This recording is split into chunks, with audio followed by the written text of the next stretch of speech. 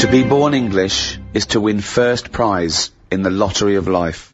So said Cecil Rhodes, one of the grandfathers of British imperialism. At its height, the British Empire ruled over 1/4 of the world's population, and consequently exported Englishness to the furthest reaches of the globe. But what is Englishness? Is it stiff upper lips and fair play, village greens and tea and crumpets? And who are the English?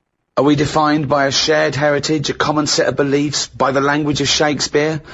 Or in a multicultural modern age, when more languages are spoken in England than in any other country in Europe, do we need to develop a new view of what it means to be English? To discuss and define the nature and characteristics of the English, I'm joined by Stephen Merchant, graduate of the University of Warwick, an award-winning writer. Thank you for having me. And Karl Pilkington, a man who, by his own admission, didn't go to school, has no qualifications. Mention the head, talk about the head. I'm just trying to get to the point that he's not qualified in anything, or really has no authority in any subject, or hasn't got the right to it. And it was known the world over as a man who has a head like a fucking orange. Alright. I think one thing that's very English is harping back and whinging combined. People saying, oh, England used to be better in my day, oh, England was better when I was a kid, England was better in the 50s or whatever. Karl, do you think England's better now? Are you happier now than you were when you were a kid? Do you feel that life was better in, say, the 1950s? I don't know, I wasn't around. So but you understand what it was like in those days? You've seen happy days? I don't know, people always say, don't they, old people always say, oh, you know, it was a better life in the 50s. And he's like, yeah, it was for them. Of course it was for them. They're old now. Being old isn't great, is it? So you're just happy with your lot. I suppose I was happiest in about 1984. Quite a specific year. Why? Why was that? It was just I was free and happy. How old were you? I don't know. He's just counting on his fingers now. 12. Right, okay. And it was just good. So the happiest days of your life were between the age of 12 and 13? Yeah, it was good. I had the world ahead of me. Little did you know your hair was going to fall out and you were going to whinge every minute of the day. I had my bike. I like messing about on my bike. You had your mates. I had a pet magpie. So you were probably the teenager that you eventually hate? Probably. Were you a good lad, law-abiding? I wasn't bad. I just sort of, you know, just potted about. I mean, when people talk about what was on the telly back then, I don't have that much memory of it, because I was always out. I was always playing out. What were you doing when you were out? Just playing about, just like on a bike or... Just riding in a circle endlessly through blizzards, I loved it. Rain, sleet, loved hail.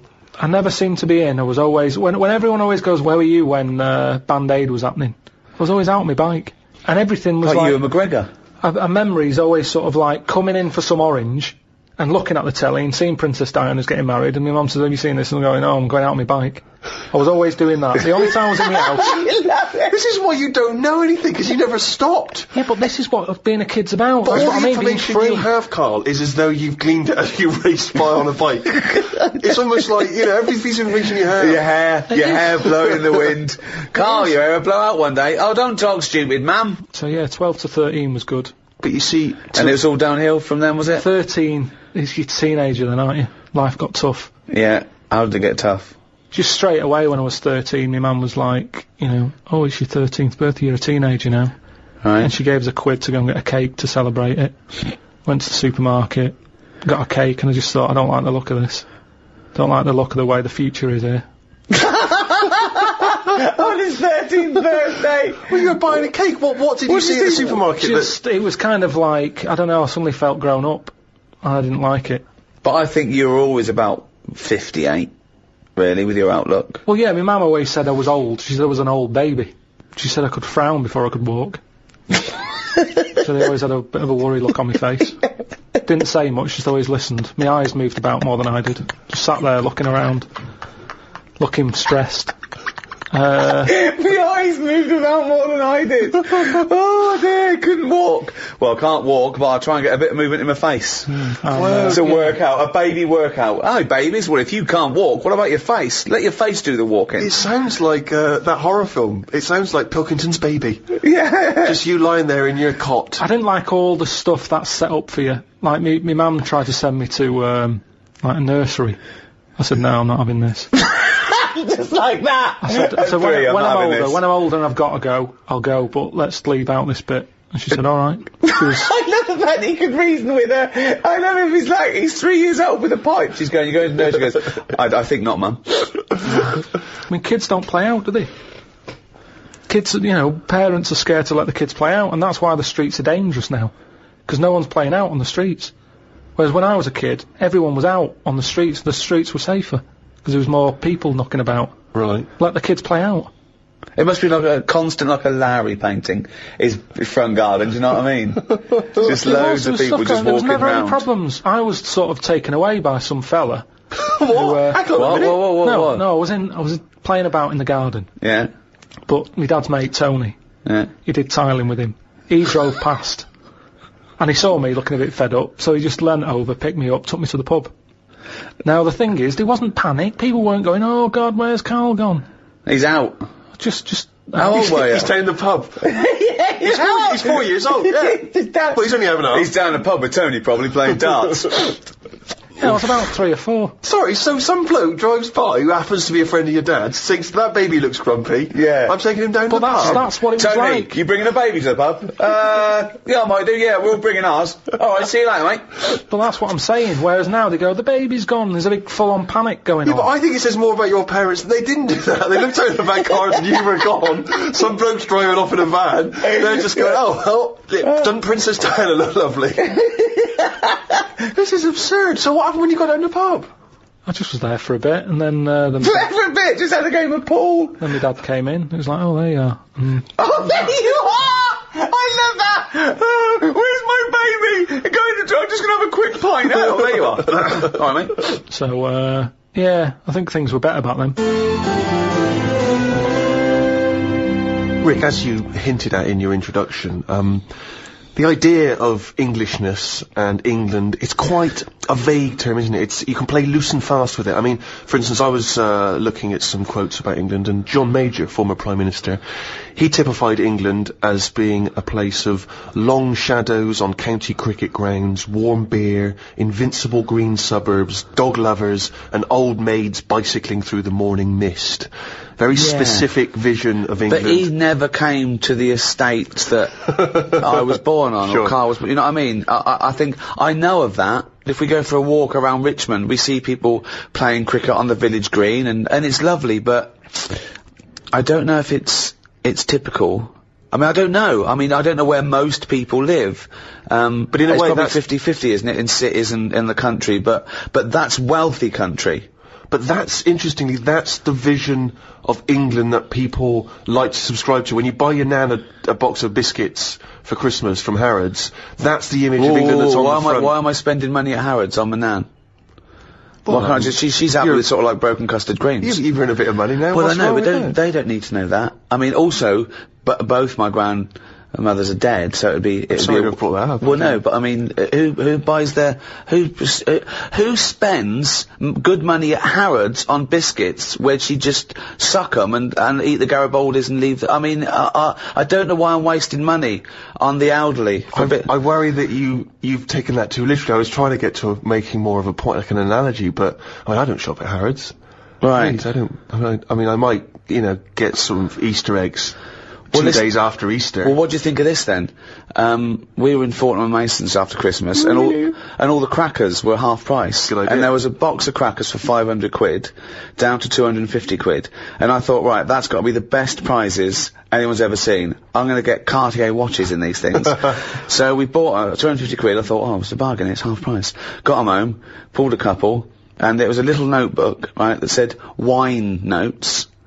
That's one. What? Wine notes. So you drink a bottle of wine and go... you'd make a note. Make a note of it, right? There was another one that had something that it was like opera notes or something. And then there was one for, travel notes, like what country you been. I'm thinking, what world are these crackers for? Who's putting a cracker and going, I needed it, I filled up my, wine notes book. It's like... 500 quid? Yeah.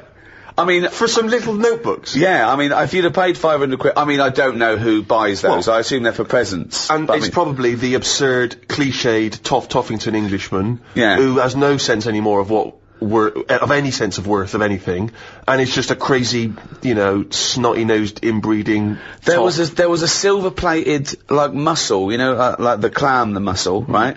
You know, when you eat, mussels, you scoop them out with an open mussel. Sure. There's a silver-plated one. Who carries that with them? You get that out, you go, mussels, good, I brought it with me. My silver-plated mussel to eat mussels. Wait, this wine's delicious, let me make a note.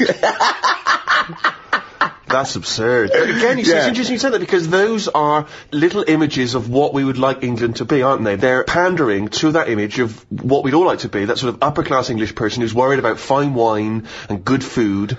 And again, I mean, does this England still exist? I'm presuming there's a small minority that does.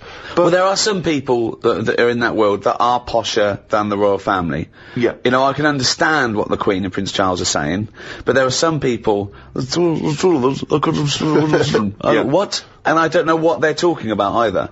Well, I was never really aware of class and the English class system until I went to university. Absolutely. I became aware of it then. Absolutely right. When I got to university and everyone sort of spoke like royalty, that's when I discovered I was probably working class. But when I hear those people who do actually speak in that kind of, oh, Jeff, you know, that sort of absurd, oh, rugger, oh, you absolute bloody bastard. You know what, though?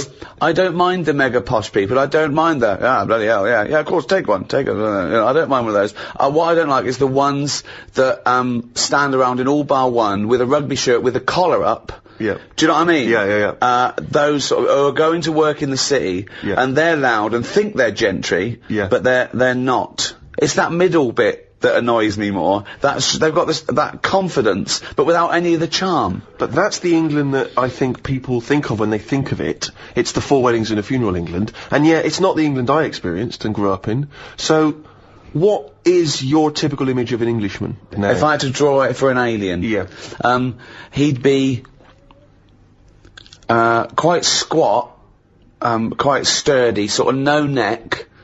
Hairy. Are you just thinking of yourself? Do you know what? It would be my build with Karl's head.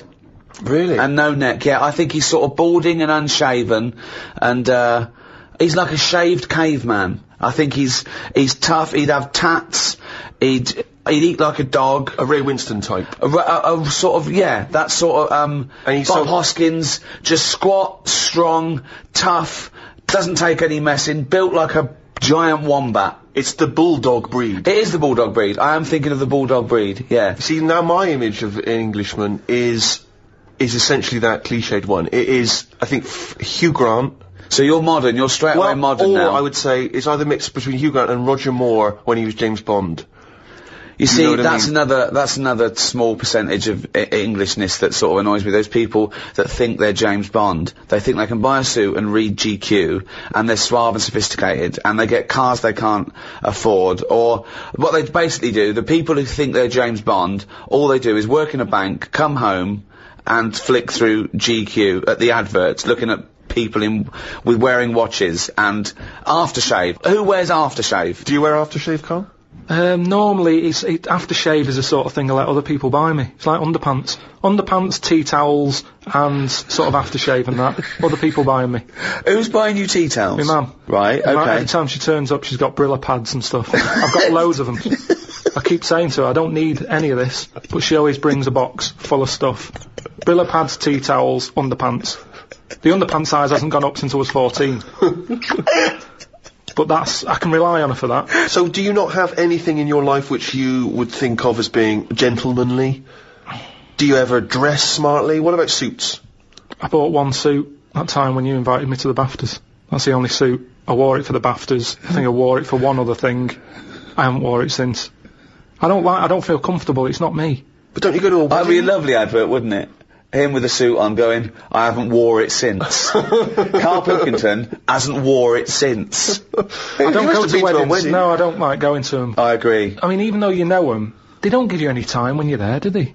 They just sort of, they don't know whether you're there or not. They're on cloud 9. They don't know who's around. It doesn't matter. You don't need to be there. With them, on a wedding day, it's all me, isn't it? Oh, what are they like? I know, unbelievable. You don't even get to make a speech, do you? Although I know you were annoyed, Steve. Steve doesn't like to part with money. I don't know what the politically correct term is. Stingy cunt, isn't he? He's fucking mean. And if he ever has to spend out on like a wedding gift to someone he's known, you know, all his life, he'll look down the list and he'll find things under £25. Then if he bothers spending that much, he's furious when an usher goes, just stick it there. Oh, it drives me insane. Well, firstly, I'm annoyed about the wedding list. I don't know when that's come along, because I don't know why I can't just bring maybe something I've made at home. No.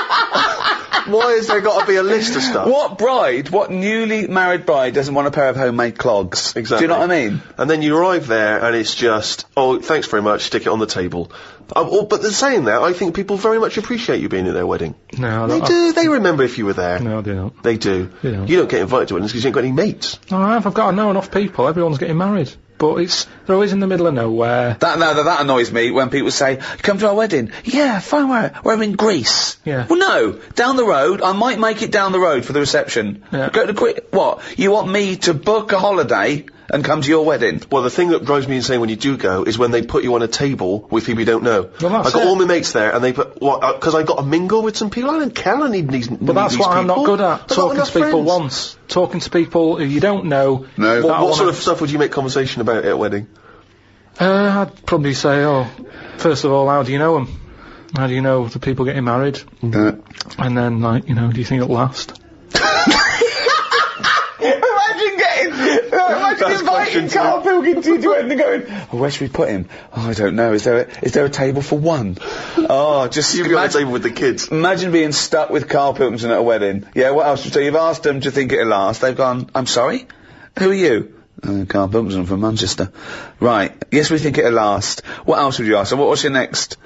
You know it's going badly. They're sort of like looking down their nose at you. They're thinking, why did they invite this bald-headed scum? There's just the last wedding I went to. It's going back a couple of years, but everyone seems a bit snidey. Do you know what I mean? Because you've got a mixture of families there, haven't you? Yeah. And none of them really like each other. No. And I got stuck with an old fella who had a flatulence problem. That sounds fun. And then he went on to say it doesn't matter, the suit's hired. And it's just kind of... I'm gonna die! I love it. He's basically saying at a wedding, it doesn't matter if I shit myself.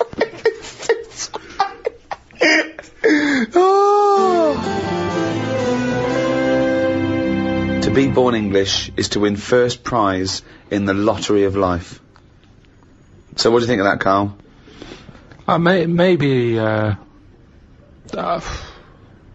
Maybe it's that thing that I don't appreciate what I've got. But to me, being English isn't anything that great. Really? Why not? Because, it's just what I've been dealt with. But what would you, I mean, I know you know nothing about the world. You've travelled nowhere. You've seen nothing. Yeah. But if you could be any nationality, what would you be and why? Probably be Italian. Okay. Why? Well, just, yeah, I like the idea of it. I like Italians are alright. Where would you live? Rome? I probably wouldn't want to be in the middle of Rome. It's too much hassle. Have you been to Rome? Yeah, it's nice to visit and stuff, but it's just I wouldn't want to live there. You've got to get paperwork done and that if you just want to put a picture up, because everything's old. Everything's listed. He's only been Italian about 3 minutes and he's already slagging it off. He's already No, whinging. but I like Rome. Yeah. It's good. A lot of old stuff. Why have you chosen Italy? I'm interested to know why of all the countries you've chosen Italy. I was a late comer to pasta. But it's won you round. I like it now. It's like one of my favourite things I have. Which there isn't really anything like that in England. That, even though it's... Well, except pasta. Pasta's almost exactly like it. Yeah, no, we've got pasta, haven't we? It's not ours though, is it? And we don't know how to eat it. What do you mean we don't know how to eat it? We do it all wrong. You stick it up your arse again. Look at me, I know how to fucking eat it. No, but what I mean is, if you saw a proper Italian, and they saw what we did to pasta, they would not be happy. What are we doing wrong? Tell me what we're doing wrong Well, I with don't pasta. know that, otherwise we wouldn't be doing it wrong. How do you know we're doing it wrong? I've just heard we do it wrong. It's like how we have the coffee at all the wrong times. I ordered a cappuccino somewhere and the Italian fella said you shouldn't be having that now, it's a breakfast coffee. Yeah, it is, yeah. Before 12 o'clock, Yeah, but I was having it at like 11:15 at night. Oh, It looks wow. like I Well, was that's mental. absurd. How are you going to get to sleep with a lovely cup of coffee? Yeah, that's a Well, I good don't point. sleep anyway, You do shouldn't I? drink coffee anyway at night. There was cappuccino stupid. or No wonder he was frappuccino right to say or mocha. Doesn't matter. Don't drink coffee after about 4 in the afternoon anyway, full stop. So, hang on. So you love pasta, but you're not eating it right, so you'd like to be Italian in order to be able to eat pasta correctly.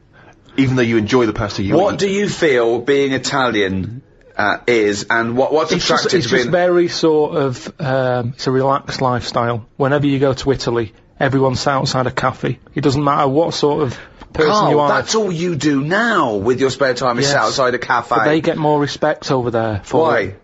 It's like, it's okay to do that. There's older people sat outside cafes who do nothing. I and it's love the just fact that he they're wants to probably be retired. Italian so he can sit outside a cafe and get more respect than he does now sitting outside a cafe. No, but everyone's rushing about here.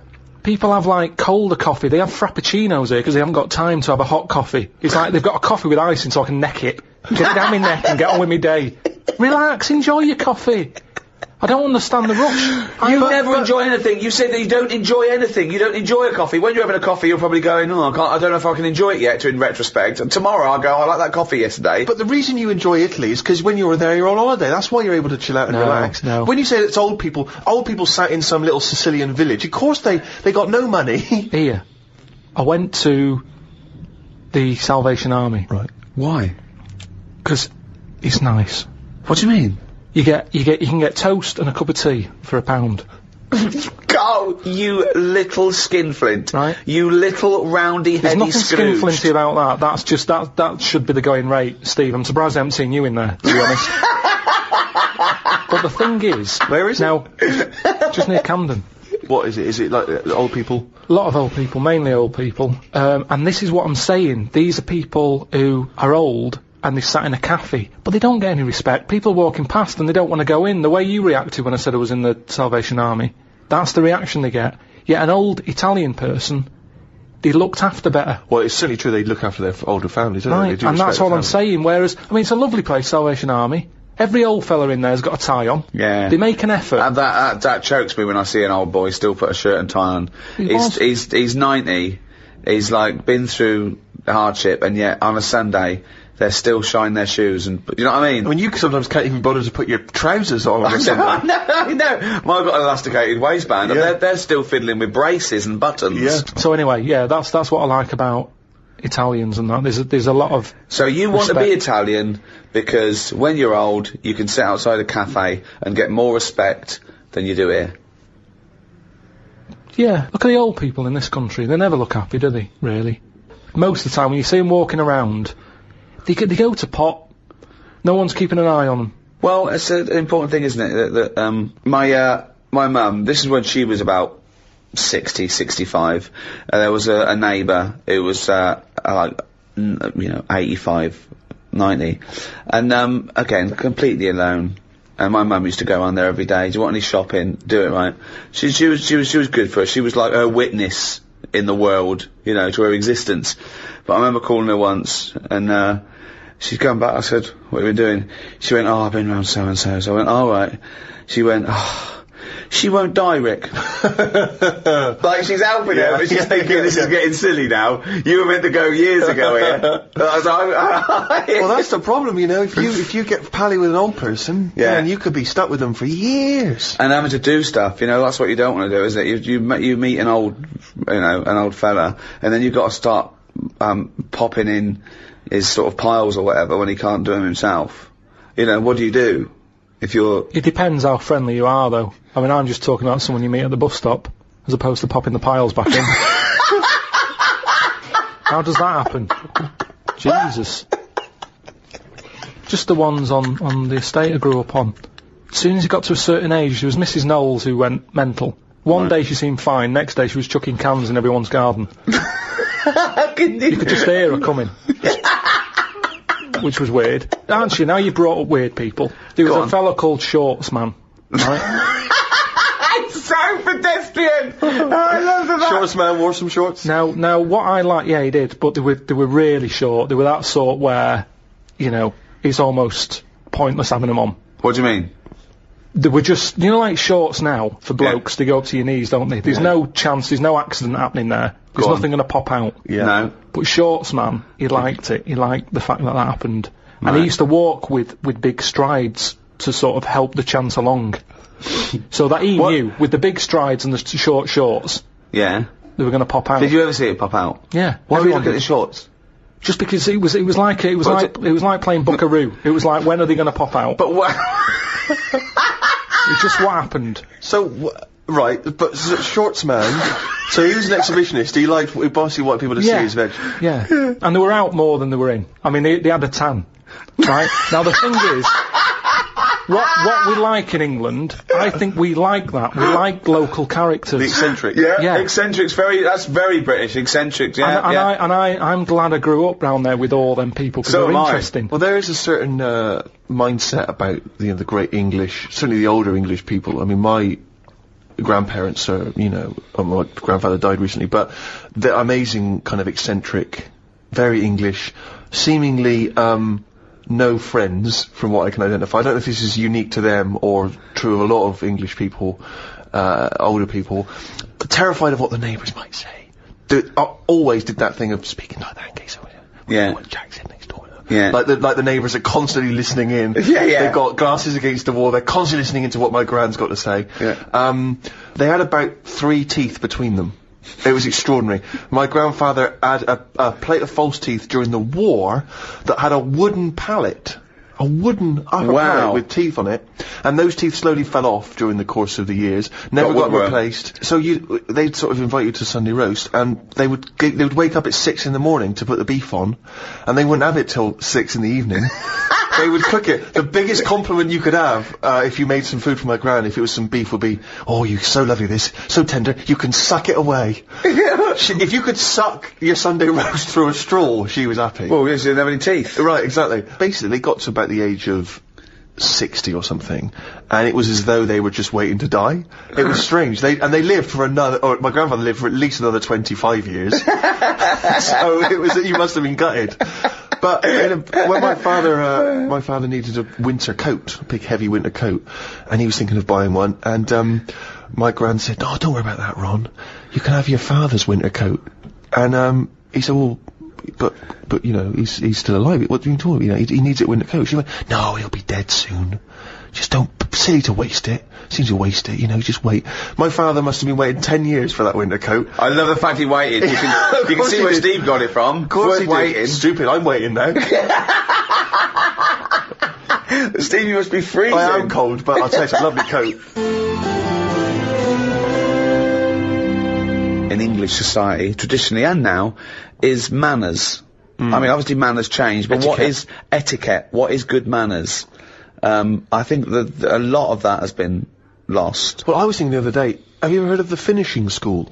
Yeah, yeah, of course. Do you know that? No. The idea is that, the sort of gentrified ladies, after they finished their education, they would go to finishing school, where they would literally be taught, how knives and forks, walking with a book on your head, just things like that, what to say. I mean, that's preposterous. I mean, it's like a year of being Eliza Doolittle, isn't it? Don't put your elbows on the table. You start from outwards, going inwards with cutlery. You eat soup, the spoon goes away. There's things like the fork. You're never meant to face those prongs up. So you either stab your peas, or There's ways of eating soup. The spoon needs to be moving away from you. Yeah. And scooping it up and bring it back to your mouth. I mean, it's crazy, but, the people that subscribe to that stuff would look at the way you live your life, the way you eat your food, Karl, and would be appalled. Yeah, but in the same way we think that's absurd, they would think you're a disgrace. But as long as you're enjoying it. No, they would say no. Well, no, there are certain things that I can't stand. I can't stand eating with the mouth open. I think that's rude. I banned chewing gum on the set of a film, because I think it's rude. I think it's rude. Those people who stand there talking, Yeah, but we all know you're a preposterous hypocrite. I mean, the way you eat food, come on. No, I don't eat with my mouth open. I don't, I do eat with just my right hand, smash it and scoop it in, but I see nothing wrong with that. I would say it was slightly rude when you're ordering the bill and getting up to leave when I'm still finishing my main course. Yeah. I'd say there was a touch of rudeness But I go about into a restaurant to eat. Yeah, but you're supposed to wait when you're with the other people and let them finish as well. This is my ideal restaurant. It is empty. They know what I want, and it's waiting for me when I walk in. I leave, still chewing, and I go put it on my bill. That's the ideal restaurant for me. Yeah. You're pretty much there. Yeah, I try and, that's what I try and do, yeah. But, there are certain things, I am one for manners. I think, I hate rudeness, I hate lateness, I hate all those things, but some of them are ridiculous. The elbows on the table is arbitrary. Why? I mean, there's a reason you say please and thank you, because it shows courtesy.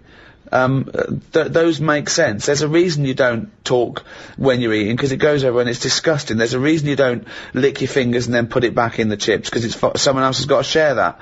But don't put your elbows on the table or start with that fork. I think it's ludicrous. You know, there's those rules when you meet a member of the royal family. For instance, if you were at the Royal Variety Performance and you met the Queen, there's various rules they tell you about. You don't fart, I'll call her love. Exactly, for one. But also, you don't speak until you're spoken to. You have to do a slight bow. I was, invited to the palace a couple of times. The first time was after the office sort of broke, and I got an invite, company of Her Majesty the Queen would like you to come to one of those dinner parties, and I know what you're thinking, why didn't you get one? Yeah, that's exactly what I'm thinking. Well, wait, I was a big shot quicker than you, because I was in it. Don't forget, you didn't appear until, series 2. If we'd split the atom, they would invite both of us. I know. Not just the guy who does the press conference. So, the thing came through, and I thought, I was worried about it, to be honest. But it just said, I will be attending, I will not be attending. Tick the box. And I couldn't bear to just tick, I will not be attending, because it was too harsh. So, there was a RSPV number, and I phoned up, and it was obviously the head of the house, or a butler, or I don't know, someone, and he went, hello, Buckingham Palace. And I said, hello, it's Ricky Gervais, I just got an invite to come and it sounds weird, but I couldn't bear to just tick, I will not be attending. He went, well, you're the first person ever to bother to do that. Thank you so much. I went, my pleasure, sorry I can't make it. But do you think that's weird? It is strangely brutal. It is strangely brutal, isn't it? I wonder if they've changed it by now. Yeah, there's a little asterisk. Thanks to Ricky Gervais, it now says, I am too fat and lazy and busy eating cheese to visit your majesty. What I think is this, that no one's ever ticked, I will not be attending. Right, yeah. So it was never a problem. So why did you not want to go? I don't know, I just thought it was a bit intense, and I turned down all those things. I think I would like to go now, just to look around. Yeah. I don't know, I just felt a bit funny, just being invited there. I was invited to all those things at the, Downing Street as well, and I just thought, you're inviting me because I'm on the telly now, because I'm famous. Well, where was my invite when I was on the dole? Yeah. Do you know what I mean? With respect, I wouldn't have invited you circa 1983.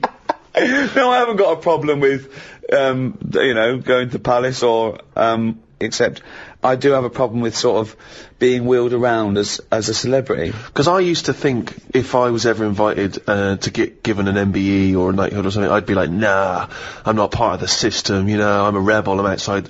Now I think it would be quite cool. Well, I only think it's a problem for a comedian, because, we're sort of meant to dish it out, and it's difficult to dish it out if you're being seen. What I do find weird is the idea of having to bow and scrape before people because I'm told to do that. Well, what I find is that idea of I'm obligated to be respectful to such a degree just because someone's the Queen. Like, obviously I'd always be respectful, but why can't I speak when she turns up? I don't understand. That's I find a strange idea. What would you say though? Well, I just say, honoured to meet you, Majesty. But I don't understand why I can't initiate that. Why? I find it weird. I don't think she'd mind that. If you went, honoured to meet you before she'd spoken, what she's going to say? She's going to go, cheeky cunt.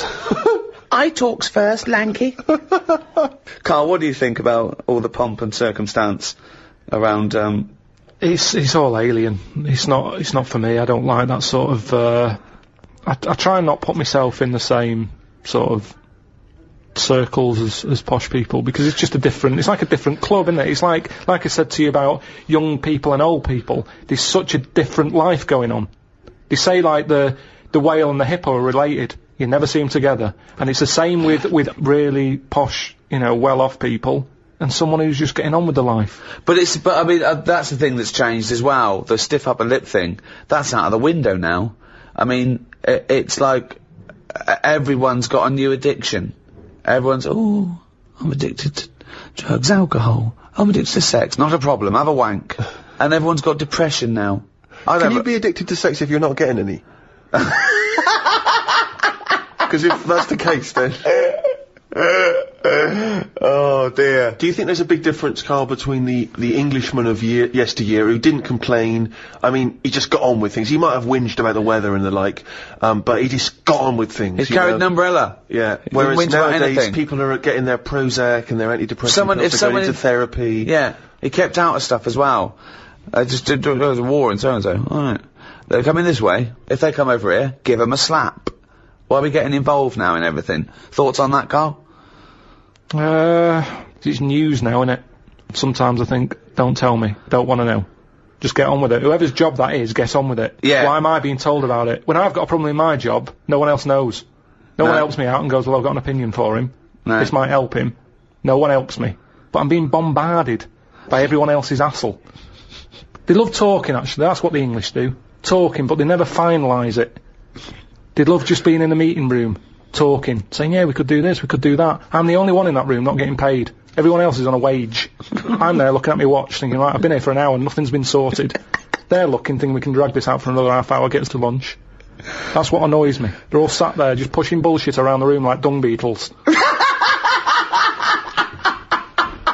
I'm sick of it.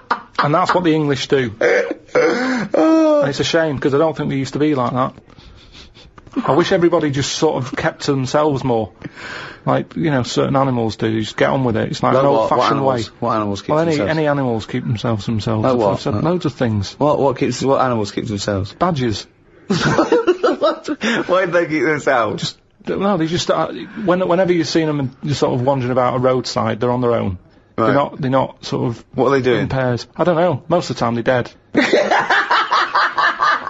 I've seen more dead badgers than alive ones. I've never seen a live badger. I don't know what his point was. So that's why they're one alone and two getting on with it. I love it. Most of the time. It started off as some kind of poetic analogy. I don't know what that was. Most of the time.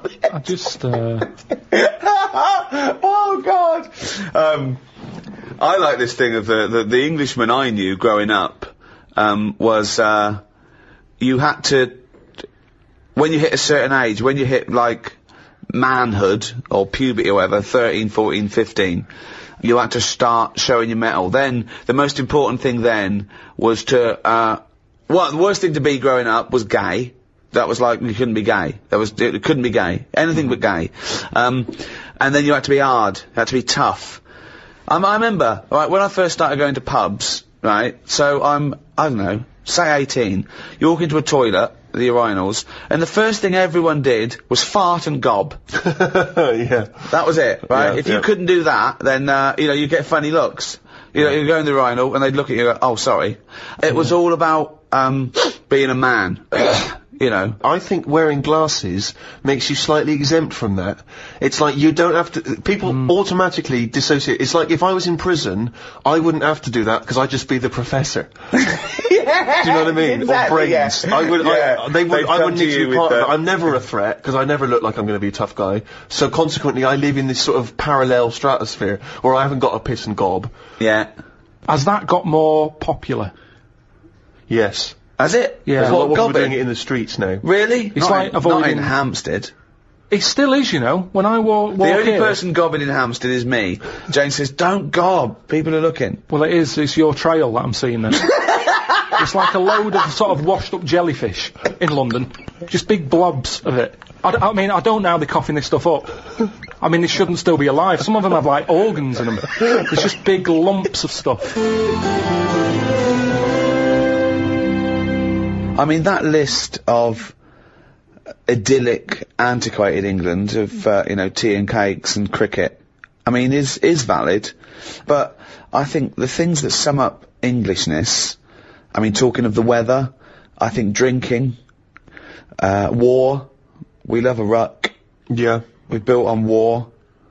We're a warrior race. We're pretty good at war. We are good. We used to be good. I don't Yeah, know. no, we're very good. We're good. We're very good. I mean, I think we reached our peak with Churchill. That's probably our greatest hour. Our finest hour. According to him. Yeah. Well, he should know he was there. He should know. And he'd like to drink, didn't he? He loved a brandy. He's not afraid of a drink. He'd get pissed up, and no wonder he'd fight him on the beaches. He'd fight him anywhere. Yeah. See, there's an example of a posh bloke. It was like I was saying, he'd lead you into battle. He'd have a weapon too. He'd go in there. He didn't sit back. I mean, when he was old, he did. But nothing wrong with being posh if you're willing to go and, get stuck in. What do you think, Karl? Is it as scary though? I mean, imagine if he was rougher sounding, and he was on the front line. And, like he went, you fucking little cunt. I'll fight you on the beach. Look, see me down in Brighton Monday. I'm gonna fucking smack your head in, you little fucking German cunt. Like that, you mean? Yeah. It's less of a morale boost. Well, that's the other point of one, isn't it? That those speeches were for as much as morale as information and defiance. You don't want to feel like the leader of your country could glass you if you got on the wrong side. No, exactly. It's got to be rules under war, hasn't it? I mean, that fair play has got to come into it as well. Talking of the English sense of fair play and war, when the crossbow was invented, a lot of people wouldn't use it. They said it was unchristian. So our soldiers sort of resisted it. So Europeans got this thing that needed no skill, and it was shooting these bolts, and they could reload quick, and versus our bowmen. What do you think of that? What do you think of going, oh, it's cheating, we won't use it, but having a disadvantage? That's honour, isn't it?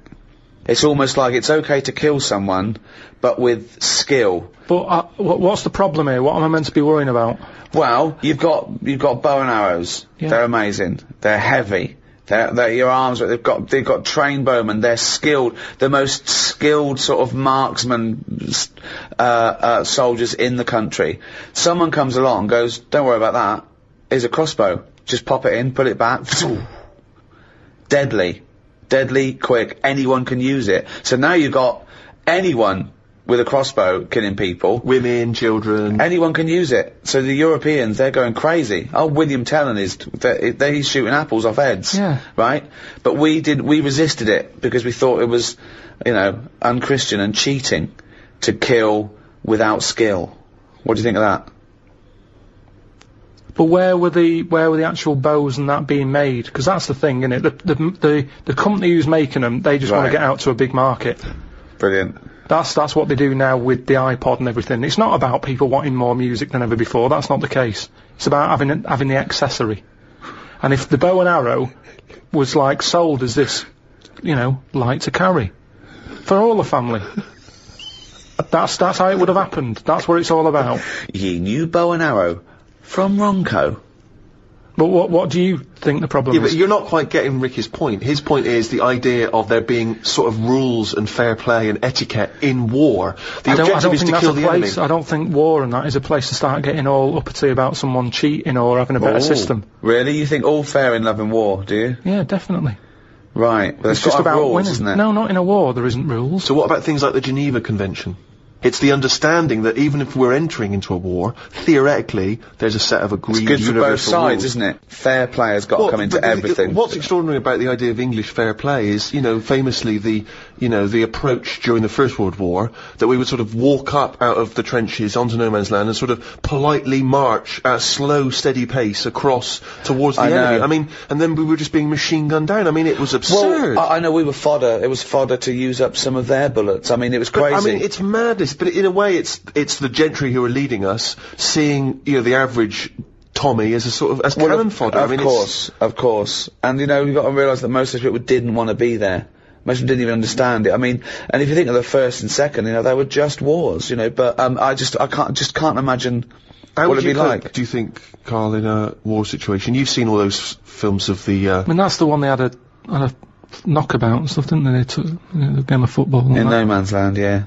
Christmas Day. But who took a football there?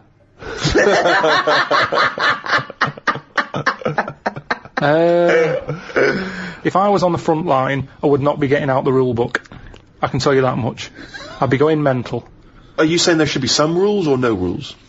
I mean, you've got to have some rules, otherwise it's just going to be like Grand Theft Auto, isn't it? I'm just going to go about battering everyone. Yeah. And you soon get bored of that. Mm. So I think you've got to have some rules. Right. Which rules would you repeal that already exist, that you don't like? It's a shame you can't tip as much as you used to be able to. You mean in a restaurant? No, just when you're getting rid of a mattress or something. So fly tipping, you'd like to see more fly tipping. What do you mean? This is something so personal, he's fed up, he had to take something. No, it's just that they used to put stuff outside the house, and just like, you had mattresses, you had sideboards, sewing machines. The thing is, it was a good way of recycling. Now, they say recycle, but we're not recycling, it's just being put in a bin. So you'd like to see more fly tipping? No, not, you see... That's all we need in London, more rubbish. This is the problem, you see. Look what's happened. Look what's happened to what I've said. It's been taken the wrong way. Right. I'm not saying tip. I'm not saying chuck your bin bags out the door and let crisp packets go everywhere. I'm saying if you've got old furniture, you should be allowed to leave it outside your house without the council going, move that, it's dangerous, someone's going to trip over it. Well, if they trip over it, you should have been looking where they're going. Well, what if they're blind? What? What if they're blind? That's why you don't leave things out in the pavement, because blind people will fall over them and smack their face in. What if a woman with a couple of kids in pushchairs has to go out into the road to get past your piece of junk? And get crushed? No, because I'm leaving it, I'm not leaving it on the pavement. Well, you just said you were. Where are you leaving it? Sort of outside the house. Right. In your front garden. Well, who's going to take it from there? That's just thieving. No, sort of just... Where are you leaving it? Where are you leaving it, Karl? You haven't established where you're leaving this yet. Because so far, a blind person's fallen over and broken his nose. I've never seen a blind person trip over anything. You've never seen a blind person trip over anything? Definitely not. They're better on the feet than some people, because they're more cautious, aren't they? So... Make it more fun for them, if anything. Why can't you just have this stuff collected by a second-hand shop, or because send they won't, it to they a don't come, charity? Steve. Honestly, they don't. I've called up people and they're saying, yeah, we'll be there in an hour, and I say, right, I'm going to put it out on the street, and are you going to come and get it? Yeah, we'll be there. An hour passes by, they haven't been. Suddenly the council goes past. On the floor, bloodied noses. Then the council say, I call them up, do you want to shift it? Well, we might, but don't know when. Well, it's outside the house now. Well, you can't leave it there, it's your responsibility, you'll have to stay with it. Suddenly I'm wasting time sat outside the house with rubbish that someone else might want. But you're not allowed to leave there, because a blind person might come along. What's the dog doing?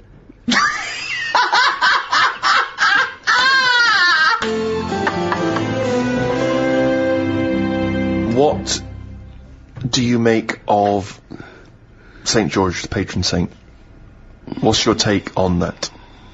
Is he the one who killed a dragon? Right. Tell us the story. There was a dragon problem. Where? Must have been in England. Right. George took it on, he took on the job, he was like a rent-a-kill. He came out. The interesting thing with him is, right, he was a hero then. I honestly think if he did that now, there'd be an uproar. Because it's the last dragon. It's the same way we try to save the panda and all that now. If he came out and said, I've done it, and they've done what? They've just killed the last dragon, they'd go mental. There'd be marches. Idiot, bloody idiot. And that's what's interesting. But it was going around burning people. Doesn't matter, we shouldn't have killed the last one, it's the last one. And that's what we'd be like. You say, you should have saved it, you should have captured it and put it in a cage so we can all look at it. There's no point, you couldn't have bred anyway, it was the last one. Was it definitely the last one?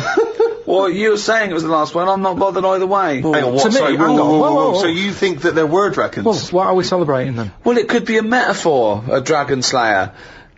It could be a bad thing amongst us. It could be a foreign threat. It could be things that threaten.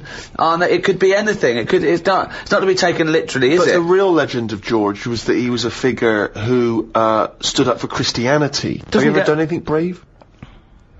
There was a kid at school who used to have epileptic fits a lot, and the teacher used to always say, if it happens, grab his tongue.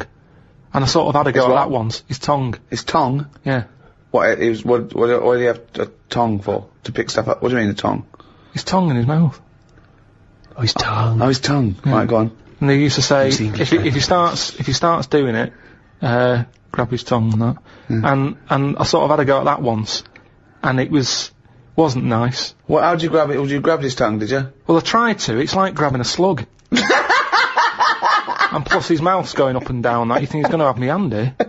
So you sort of do that thing where you go... So you were trying to grab hold of a kid's tongue, yeah? And he was...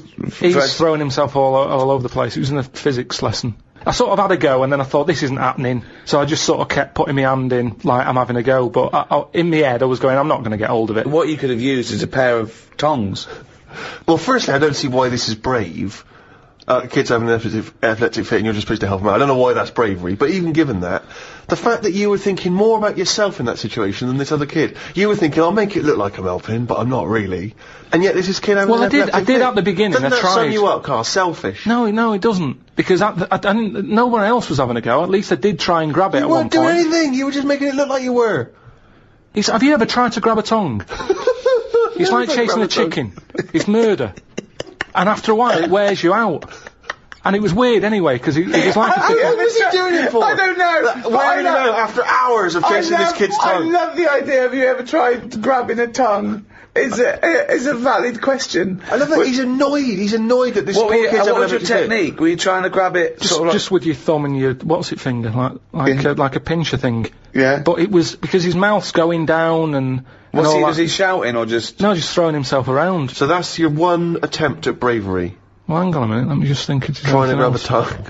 There was a time you were chased by a bee and you scored a goal. I forgot about that. That isn't really bravery, is it? As you were running away from a bee, and the ball happened to hit your foot and go in. Does that count as bravery? I love it when he goes up to the pearly gates and goes, well, have you done the act of courage? I pretended to grab a tongue. A what? A tongue, yeah. Got chased by a bee, scored a goal. It doesn't count as brave at all. Well, what have you ever done?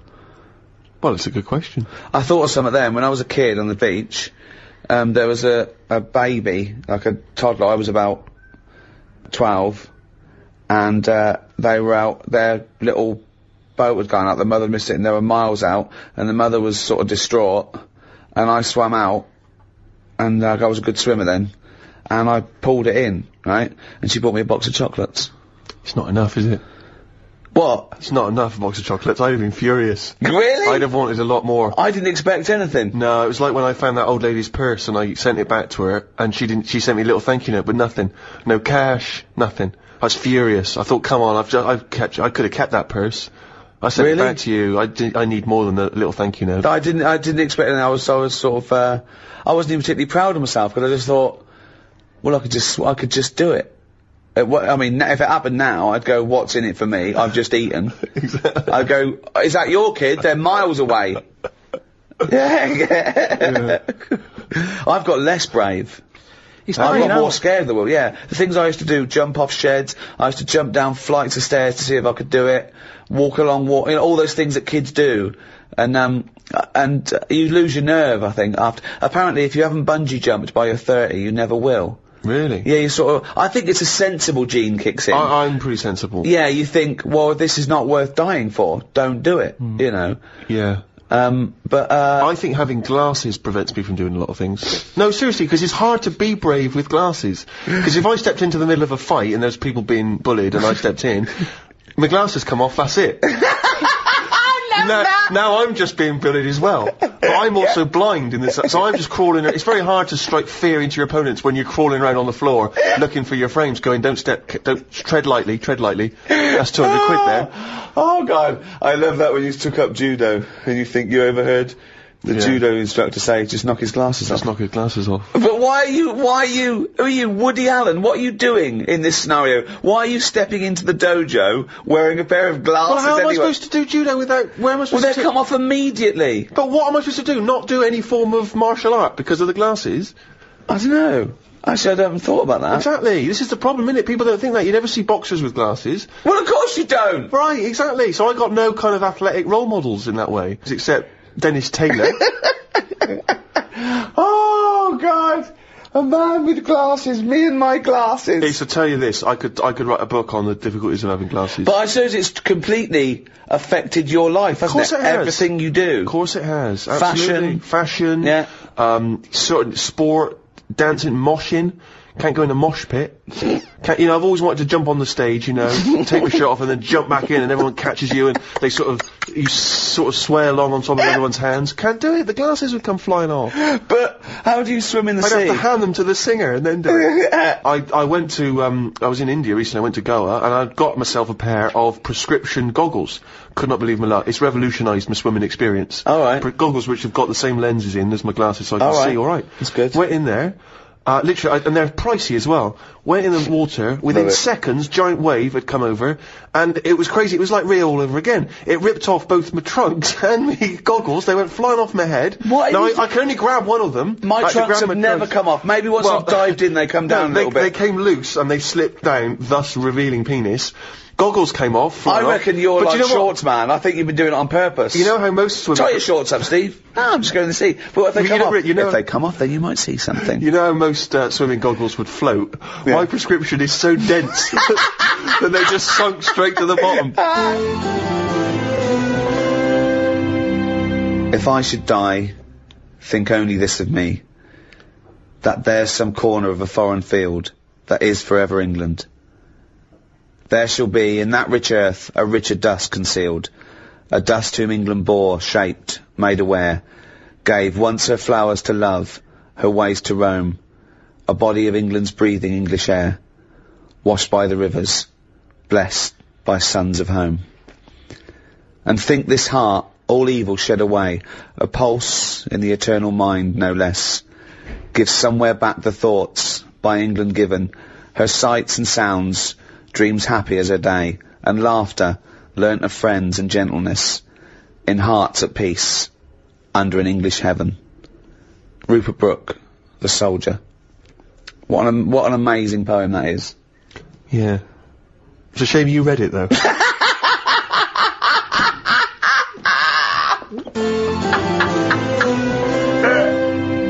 Thanks for listening to the Ricky Gervais Guide to the English. That's it for a little while.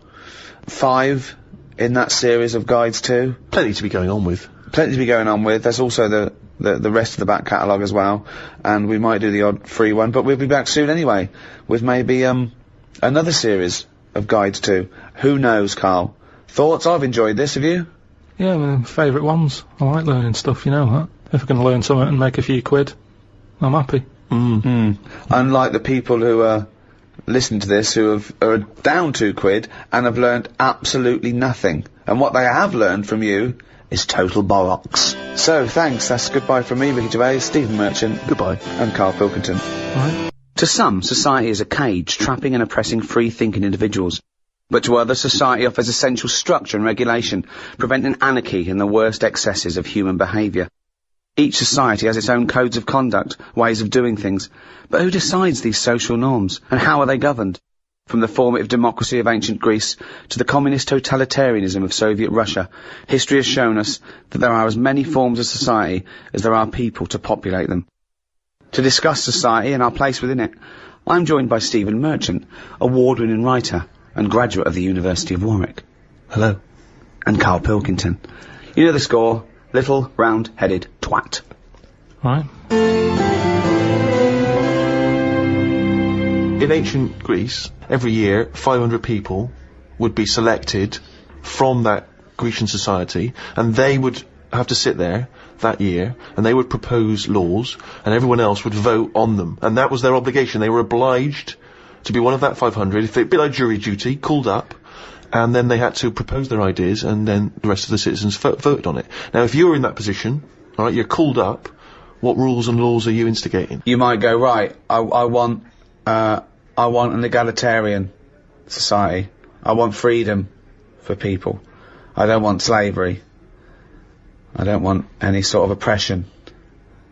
Would that be high on your list? Well, you could say, you know, when I worked at Cordon Bleu, there was times when I thought, being treated like a slave here. You weren't though, because you were being paid and you were free. So. Definitely What do you mean? I wasn't free. I was on like from 9 till 6. Yeah, you had the choice to leave the job. Slaves didn't have the choice to leave. They wouldn't go. They go. I didn't have any choice. Actually, Mr. Jackson, I'm thinking of leaving your employment. No, the money's no good, and I don't like the dwellings. No. They didn't have that choice. I didn't have a choice. Yeah, you did. The only other choice was Tesco, and they'd already turned me down. No, that's not. That wasn't no choice. That wasn't the lack of choice given to most slaves. But the slaves who built the pyramids, that wasn't an option for them. It wasn't like they could go and, well, I could get a better gig on the Sphinx. Yeah. Yeah. I'm just saying. No, you're not saying anything. You're saying absolute drivel again. Here's a little Greek proverb for you. A society grows great when old men plant trees whose shade they know they shall never sit in. What do you think of that? That's amazing. Can you say it again? Say it again. A society grows great when old men plant trees whose shade they know they shall never sit in. Do you understand? Yeah, just saying, they're planting a seed, they grow a tree, but trees take ages. Yeah. It takes a long time. Yeah. That old fella's not going to get any joy out of that. Right. But, if he's lucky, Yeah. fella next door might have done the same years ago. So it's all about, sort of, planting a seed, looking after each other. That's great, actually. It's not, I don't think it's directly It's what almost, it means. it's almost the point. Yeah. That's good. Yeah. Yeah, I think he means that future generations. But yeah, if the next door neighbour had done that, then yeah, that works as well. But you seem to agree that that's a good point. Do you agree that seems a good point to you?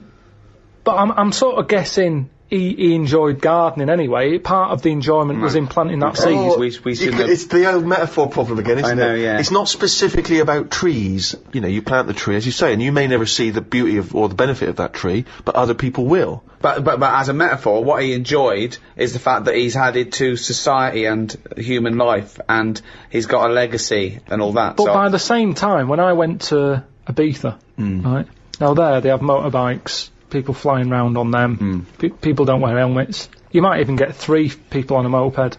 I saw a farmer with a goat in a basket. They don't care. They're whizzing around at high speeds. A lot of deaths there. Yeah. And they'll have a lot of those areas where someone's come off, been killed, people put flowers there. Yeah. And because that happens a lot, it's a lovely green island. Now here, we're saying wear an helmet. Well, you're saying that all the deaths make it nice because It there's makes flowers. it lovely. There's loads of flowers So everywhere. with death comes beauty. So that's another metaphor, you can have that one. That was one of the most Now- tortuous things I've ever... That was extraordinary. But look at London. That was extraordinary, Karl. Right, Carl. Well, look at London, though. Let me finish my point. Let him finish his point. I'm intrigued. Right, London, councillor with his clipboard, need a speed bump here, I saw someone doing 35. Put some traffic lights there and a pedestrian crossing. Pelican crossing there as well. And a speed camera. Right. Horrible and grey. Okay. No flowers. But you still see flowers left behind where people have died in terrible accidents. They're not You see very that good all the ones, time. they're stuck to a lamppost with elastic band round them. They don't look nice. He's knowing the quality of flowers. Yeah, but the point is, Wow. the point is Some 15-year-old got run down and you're disappointed at the quality of the flowers. Look at this, Suzanne. Fella lost his head here. Geraniums? Geraniums? Fella lost bloody head. Well, that's So we have to say that, encourage though. gun crime so that people will get shot in inner cities and then we can put flowers up and beautify the area. Is that No, what you're but if saying? an area's nicer to look in, nicer to be in, if it's nicer looking, you don't get people speeding around like lunatics. Because they go, I'm not in a rush, I'd quite like to slow down This there and is look so at the flowers. complicated. So now what you're saying is because an area is grey and gloomy, people speed around to get out of it. In the course of doing that, they knock people down. But then flowers are put up, which then makes the area beautiful, thus stopping people driving around at speed so death no longer occurs. Well, they're cute to getting out of their cars to put down flowers. And they get knocked down by other people on their way to put some flowers down. yeah. Just sometimes people have to die, don't they? There was a fella outside our house who hit a lamppost. He had a helmet on, but his head come off. You made me laugh at a man's head coming up because the way you said it. But that's the thing. he had a, oh God, there's a man, there's a guy in a house. He had a lamppost, he had a helmet on, but his head come off. So you're saying that because in that one instance, the helmet did not save his life. His head was in great condition. It's just not attached to his body. And that's what I'm saying to you. Sometimes people have to die. How far do you take all this stuff of you know, safety gear and slowing down and wear bright clothes at night, and it's just too much. Very important point, you see. We give people crash helmets, we give them, you know, seat belts, we make them wear that, right? Do you think that's right for a start? Do you think someone should be made to wear a crash helmet? They're only hurting themselves. Crash helmet. I don't think you should get fined for not wearing one. But then if you come off a motorbike and you hurt your head and you didn't have a helmet on, then you can't sort of go, well, they should have had speed bumps there. Yeah, I didn't realise we were going too fast. Don't forget, we're not just protecting him, he could be a father with 2 kids. So you're going, oh, let him, if he doesn't want to wear a crash helmet, let him get brain damage. Is that what you're saying? I'm just saying, we're over the top in this country. No, but when it comes you're to that saying, sort of if you're thing. saying no, if he doesn't want to wear a crash helmet, let him not wear a crash helmet. He doesn't wear a crash helmet, he comes off his bike, he smacks his head in, he's a vegetable. He's like that, sitting at home like that. And yet the two little kids come to you. You're in charge, don't forget. We've put you in charge of society here. And they come to you, two little kids, they go, President Pilkington, What? why did you let my daddy not wear the crash helmet? I didn't. We put leaflets through the door. We had adverts on the telly, Sunshine. Yeah, but why? It's your dad's fault. But why wasn't it compulsory? Because he wanted... It's not the world we live in, Sonny. Yeah, now I haven't got a daddy. Has he got an helmet at all? Have you seen an helmet knocking about? No, he's a vegetable now. Yeah. Yeah, he didn't want to wear a crash helmet, but why didn't you make him wear a crash helmet? It wasn't just him, it was us. Why did you turn my daddy into a vegetable? Where's your mum? Mum left when he kept going on about not wearing a crash helmet. We'll put you in a home. I just think, you see, this is the problem. Everyone's looking for someone to blame. Yes, but this is interesting though, because you were particularly callous to that little 4-year-old boy who seemed so sweet and adorable. Yeah. But why wasn't he giving this stick to his dad? Well, his dad's dead. He's a vegetable. He's dead. He's good as dead to him. His dad went within the law. It was not the law to wear a crash helmet anymore, because you said, forget it, I don't want a nanny state. I don't want... If you wear a crash helmet or not. He wasn't a responsible parent. He hadn't thought it through. But this is your job. Some people aren't responsible. Society keeps them on track. This was you were in charge. You should have made him wear a crash helmet. He had 2 kids. We've heard from one of the kids. What's the other one's attitude? Is he younger? He's a bit younger. Is he even younger still?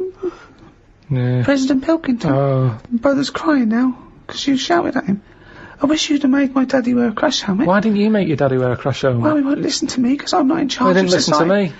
Yeah, He seems like a bit of a numbnut, to be no, he honest. did listen to you. What did he because do you for made a a new living? rule saying people don't have to wear crash helmets. Right. What? And he listened to you. Did he pop shoes on in the morning when he went out? Or did I need to be here to tell him to do that as well? No, there's certain Oh, things so he you has got do. some common sense then? Well, there's enough, yeah. Oh, right, interesting. So he can be bothered with his trainers, but he can be bothered with helmet. I haven't got a daddy. Jesus. Wow, you are cruel to this kid. You It's are just, mean this all I'm saying is, there should be a leaflet. I don't even know how he got in number 10, this little kid. The thing is... But he's got in. You should have at least the courtesy to listen to his point. Forget all, I'm sick and tired of having adverts on the telly. Don't smoke, wear an helmet, slow down, watch your kidneys, look after your liver. I haven't seen that one. Now, I don't know why. Why can't they just put a leaflet through saying, hello everyone, use your common sense? Yeah. That's all I'm asking. That's what I take Because out some as people don't president. have common sense. Everyone's got people common are sense. fucking idiots, Yeah, mate. It's not my fault That's then. why Not why my there is fault. a government. If we let people, they'd be fucking idiots. They'd be eating turkey Twizzlers and fucking watching Big Brother and X Factor But they all are day. doing. They are and then doing. letting their kids run riot in But the they street. are doing. Some families do just eat turkey Twizzlers. Yeah. There is little knobheads on bikes playing out till God knows what Exactly. hour. So it's happening anyway. But that's no argument, is it? It's happening anyway. That's no argument, Karl. It's what we've talked about here. Social responsibility. The reason people get into politics is because they feel it's their obligation to change those things. This is your approach. I wash my hands of the whole affair. Yeah, I hope that the people who don't wear an helmet sort of they do themselves in, and that's cleared them off. That's one problem sorted. So you think you're being Darwinian? You're thinking survival of the fittest. The idiots will soon, but they don't, because they're not just the victims. The dead person isn't the victim. It's the a very good example is okay, we've talked about it before. People who smoke know that it's dangerous. We know now that smoking gives you cancer, but why is that still legal? And yet people know that and they still smoke. Fat people know that they're going to get out of breath and clammy, and yet they still eat more. They get depressed, they're eating more. They know that they're going to be constipated for a year and a half, but they're still shoving in chocolate cake instead of carrots. But because that's what I'm saying. Why don't we stop them? Why don't we stop fat people eating? If you've got a smackhead and you really love him, you intervene, you grab him, you put in a cupboard, you go, you're not coming out. He goes mad for about a year, then he thanks you for it. Yeah. So lock fat people in a cupboard. And just can't put get 'em carrots in. under the door. What? The thing is, there's got to be some Karl, responsibility. grab Ricky. There's a cupboard over there. You've got to take some responsibility, haven't you? Now, if it's your own fat kid, stick him in your cupboard. But what I'm saying is, as a counsellor, I'm not spending taxpayers' money on cupboards to put the fat kid in. So, back at the Chosen 500 in ancient Greece, right, you're one of them. What other things? I like that saying, the one about do to others as you'd like to be treated yourself. Yeah. Yeah, that's a good one. Pop that on a leaflet, pop it through the door. But you seem to be doing a lot of leafleting. That seems to be your entire governance seems to be guided by popping leaflets through doors. And I get a lot of leaflets, so I presume the rest of the country does, and it's not always working. So maybe sometimes you've got to instigate something a little bit more strong-minded than fucking leaflets, my friend. Maybe you've got to make a couple of laws. You've got to stand every up. individual can go, how would I want to be treated? Well, I'd want someone to throw cake at me. Yeah. Because I'm a greedy bastard. I would want someone to steal my telly. I'd probably start on the way you look. Right, go on. I'd just say, right, you know, make an effort, tidy up your house, and I'd have some sort of. I'm poor. Doesn't matter. You can still tidy up. Can we get better houses then? Because. Well, look after the one that we've let you. Yeah, Get rid of that old mattress that's in your garden there. Clean the windows, and then we might give you a nicer one. At the moment, you don't deserve anything nicer. And that's what I'm saying. You've got to be honest with these people. Wake them up. I like that. Sure, you've got to be honest with them. You've got to wake them up through heavy leafleting campaign. Yeah. But do you see the problem with some of what you're saying, Karl, is that it's very hard to enforce that in law because it seems unjust and unfair. You can't really start legislating against people's looks or whether they want. I mean, you have to keep your house tidy. I mean, who decides how tidy it has to be? It's the tidy police. I mean, that's a strange. Well, hold on though. I like wearing sort of these denims. It expresses who I am, and I like wearing a beard because I just think it's natural. I don't really like shaving, and I like this sort of smell. I like this smell of BO. That's who I am as a person. So how can you impose that on me just to be part of society? Who are you to infringe my rights as an individual? What do you want out of life? Well, no, I think I just like to say I don't want to conform. I don't want to just shave and wear a suit and I keep myself to myself, and I like to just grow a beard and eat porridge with my hands. I'm not hurting anyone, so I don't know why I have to conform to that society. Well, there's nothing I can do for you. You're wasting my time, really. Although I do feel ill, I need to go to hospital now. So I'm gonna go to hospital now if that's all right. Is there care for me? Well, what's up with you? I've got diseases from eating with my hands, and there's things growing in my beard. Right. So we clean that up for me now. No, because it's all been brought on yourself. Well, no, but that's irrelevant. A lot of people bring things on themselves, but you can't just ignore them because it's just part on. It's a bad society. Well, so how do they learn then? I don't know why I'm being punished for being stupid. How do they learn then? Well, I don't understand why I've got to worry about you. I've got proper ill people. Well, you had a kid whinging at me this morning because his dad was a Mong.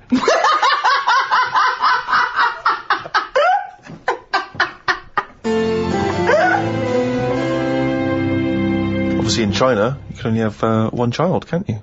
Is that something you feel we should bring in here? Yeah, I think we've got to, I don't know about one kid. I just sort of concentrate on who can have a kid. Okay. As opposed to, if someone's got a load of money and they're good at looking after kids, let Madonna have as many as she wants. But if it's someone who's... So social engineering you want to do? Yeah, but hold on though. Well, what you study then, if you're bringing him into a poor family, what's the point? What good is that for anyone? It's not good for the people who've had the kids. So who's deciding who's allowed to have how many kids? Are you deciding? I was brought into the poor family, wasn't I? What? I was brought into a poor family. Yeah, no, I'm talking really poor. So, third world? No. Well, poorer than that? Poorer than no money at all? No, somewhere in the middle again. You've gone too far the other way. Okay, why has it always got to go the other way? Cornwall. I just mean like the people who I've told you about on the estate sometimes, who had that one who chased cars and stuff. He wasn't happy.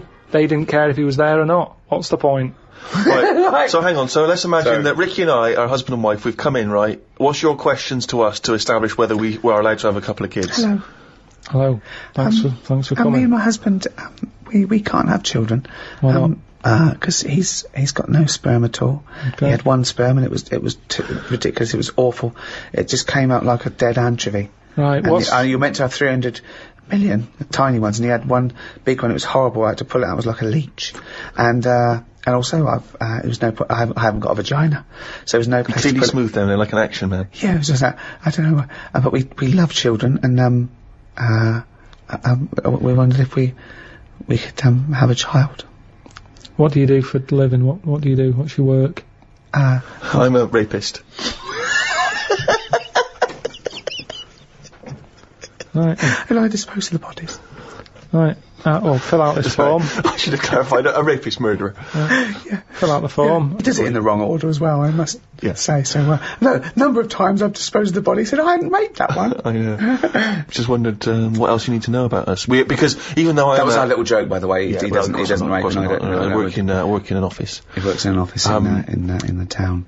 But yeah, I'm a housewife. She's a housewife. I'm making a little nest for when we have when we adopt a little child. we don't earn a great deal of money, but we're good parents. We're we very think. good parents. What's that based on? How have you Well, we're managed to good come up people, you know. I mean, aside from a few naughty jokes. We're God-fearing people. We believe that God is watching all of us, and we believe in the Old Testament. And sometimes he tells us to kill and rape. Yeah, sometimes he does. Yeah, particularly. We've stoned a couple of homosexuals this week alone. We're joking again. We're of joking course. again. We We don't believe in God. We're from an atheist and believe that our time on earth is all we have, and then when we die we become worms meat. Right. Well, you filled out. But we've already painted the back bedroom. That's ready for the little child. We painted it black because we want our child to be a Satanist. Right. Joking again. Little joke Joking from again. us. We want him to be an accountant, Yeah. gay accountant. Some would say the same thing. Only joking, of course. I think there's too much in society where people are pressured to be heterosexual, so we're going to try and make ours a homosexual. So we don't care whether you get a homosexual or a heterosexual, but I tell you, by the time he's 14, he will be as queer as the Ace of Spades. Right. So you filled out the form. Fill out the form. Yeah. We'll put that in, get it processed. Right. Okay, but what kind of questions are you going to ask us? None really. No. Just my job. You're happy. You're My happy with job us. to pass the forms We've on, passed the interview. because that's the sort of world we live in now. God! We don't want a child. We don't want a child, actually. But do you know where we could buy a knife and a sack?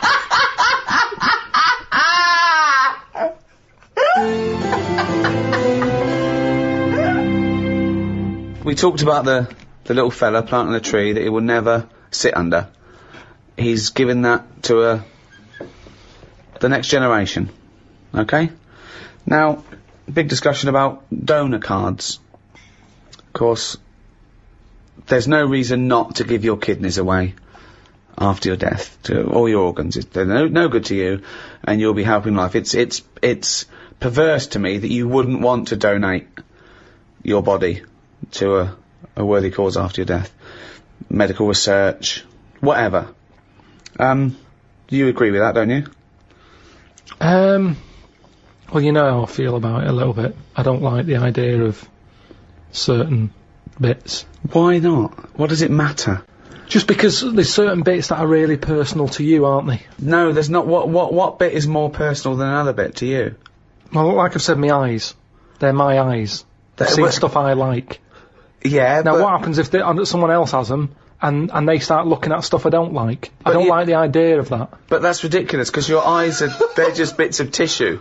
Then they haven't got No, your but we don't know, because they found do out know. there's something called cellular something or other that I've told you about the person who had Right. some sort of operation and ended up like in Yellow Biscuits. I've told you about Yeah, it. but that's bollocks. It's the same you thing told with us the about eyes. it, but I dismissed it as bollocks Well, immediately. but the- Not just because you said No. it, because it was intrinsically bollocks. No. But it could work the other way anyway, where No. the person who has my eyes starts, like, looking at ants and insects and stuff. I Right, might it's all carry on. bollocks. Again, this is all bollocks. Got none of your memories, none of your thoughts, none of your reasoning, nothing of you, none of your personality. They're just a collection of cells that now have light going through them and making this new person see. They're a lens. They're a lens. That's all they are. So there's no reason why, this was the crazy thing, isn't it, when people started saying that they wanted their organs to go to a particular race of person, and obviously that's illegal. Also, it shouldn't be the choice, really. I think you should have that opting out, that you have to say that you don't want your organs given after, and if you die, then they assume that those organs are up for grabs, because there's a shortage. So what do you think of that? Like I say, they can have certain bits. They're not having the eyes. I think that's fair. What, can they have the cock and balls? I'd prefer it if they didn't. You're saying no one's going to have my eyes or my cock and bollocks. What if ever. the tables were turned? Yeah. What if someone said, Karl, you've lost your cock and bollocks in a terrible accident. It's alright, we put some flowers at the scene of it. It's brightened the area up. But, we've found a donor who's happy to give you his cock and bollocks. He's dead, but his cock and bollocks we kept on Would ice. you accept them? They're absolutely lovely match. Better than yours. Yeah. Bigger, younger. Yeah, go on then, I'll have them. You'd have So them? you would, you'd have someone else's cock and bollocks, but then you wouldn't donate yours to someone But else. what about this? What if you discovered later, right, that the person who donated the cock and bollocks, right, was a sex pervert? was a homosexual sex pervert? I don't think, though, that I'd bother looking into the history of these cock and bollocks. You It's just not accept like, them. you know... You'd accept them willy-nilly, but what if you just found out by That chance? was his name. That was his name, willy-nilly. That was his stage name. And What he'd if you come on and found show out him off. by and they- chance? How do I find out by chance? What's the scenario They there? say, well, the doctor goes, I should tell you, I know you believe in a load of shit about yellow biscuits and bollocks like that, so I'll just tell you, in case anything goes weird, this was a sex pervert's cock and bollocks, so if you find that you're sticking these through letterboxes, don't worry, it's not your fault. It's where they wanted to have gone. That's, Would it concern you if you accepted the cock and bollocks that had a past like that? Yeah, because the problem is, it wouldn't be that bad if I had his eyes, Right. why? because then I'm seeing what he wants to see, and... That doesn't mess make with any it. sense at all, But Karl. unfortunately... It makes no sense at all. The match is wrong. The eyes don't go with the cock and bollocks anymore. I don't know. So, something's going to lose out here. Either the cock and bollocks, they're not going to get what they want anymore, or the eyes are going to be upset. So are you scared of the idea, to go back to your yellow biscuit analogy, that the cock and bollocks you inherit, that whatever the previous owner did with them... Lives on. That Bollocks. scares you, does it? Okay, there's one final scenario here, Karl. Okay. You haven't opted out, so your organs go to where they like. Now, unbeknownst to you, there's a big waiting list, there's a thing, they've got all your details, and you said, yeah, whatever, I don't want to know. You wouldn't want to know, would you, after you die? Where it goes. You say, I don't, because you've said, you don't want to know. If you don't know, you have a lovely life. When you die, they can go anywhere. They can do what they will, okay? Now, unbeknownst to you, they have got it down. They've donated your arse, right, for use, to a gay rapist with AIDS. Okay? So, they are saving a life there. So when you die, they go, right, it's still warm, get that gay rapist with AIDS round here, because that's going to stop him raping someone and give him AIDS. He comes round, he's straight up there. He's shagging you, right? You're basically saving a life, right? By letting him do that, right? Sorry, I'm confused here. What? Why is the gay rapist with AIDS got the arse? What's No, he doing? he's still connected to Karl. They've donated the arse, so when Karl dies, the doctors go, right, we're going to stop a terrible thing here. So the gay rapist can shag the arse? Yeah, he shags, goes round, he shags Karl, gets out of his system and goes, phew, that stopped me. Yeah. Right, okay. Right, so So it's just Karl's disembodied arse on a... No, it's the whole Karl. Oh, is They that what Karl's dead? So Karl gets struck and he's having a heart attack. They go, free, clear.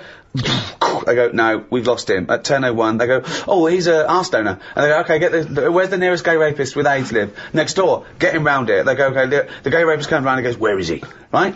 He goes, there he is, right? So Karl is face down. Now they turn him around, they go, there's the arse, you've got 10 minutes, then we got to bury him. I'm surprised you didn't know this guy was living next door. Right. So, the gay rapist gets on top, he goes, right, this is lovely, right? He's loving it, he's shagging you up. Right, now, this is the weird thing. The doctors next door, they go, okay, the gay rapist will be finished soon, and then we have to bury him, but we should inform his next of kin. They go, oh, it's Suzanne. They go, your husband's, Daddy's avatar. She goes, oh my god, come round and just identify the body. I'd leave it a couple of minutes, but, then come round. She goes, oh god, I'll be right there. So Suzanne's on her way. The gay rapist, right? He's pummeling you away, right? But you will not believe this. Oh my god. The movement and the way he's shagging you, right, has started your heart. Oh, wow. Right? This is a stroke of amazing good fortune. Right? So you go, he goes, right? He, right, has a heart attack. Right? And he flops down on you. He just like headbutts the back of your head. So now, you're both naked, this gay rapist is up your arse, he's dead, right? The shock is you go, fuck me, how can I get out of this, right? You wriggle, you fall onto the floor. So now, he's on the bottom, face up, you're on top of him, he's still in you. His cock is up your arse, you're sat on him, wriggling, Suzanne walks in, goes, Karl, what the fuck are you doing? She's heard about me being dead, and because she's come to the hospital. She goes, and they go, he's in there, and she goes, he's not dead, I can see him. They go, oh, because it's been terrible. She bursts in, there you are, on top of him, wriggling to try and get his knob out your ass, right? You're sitting on a man who's dead. What do you say? I'd just say we got to join Booper.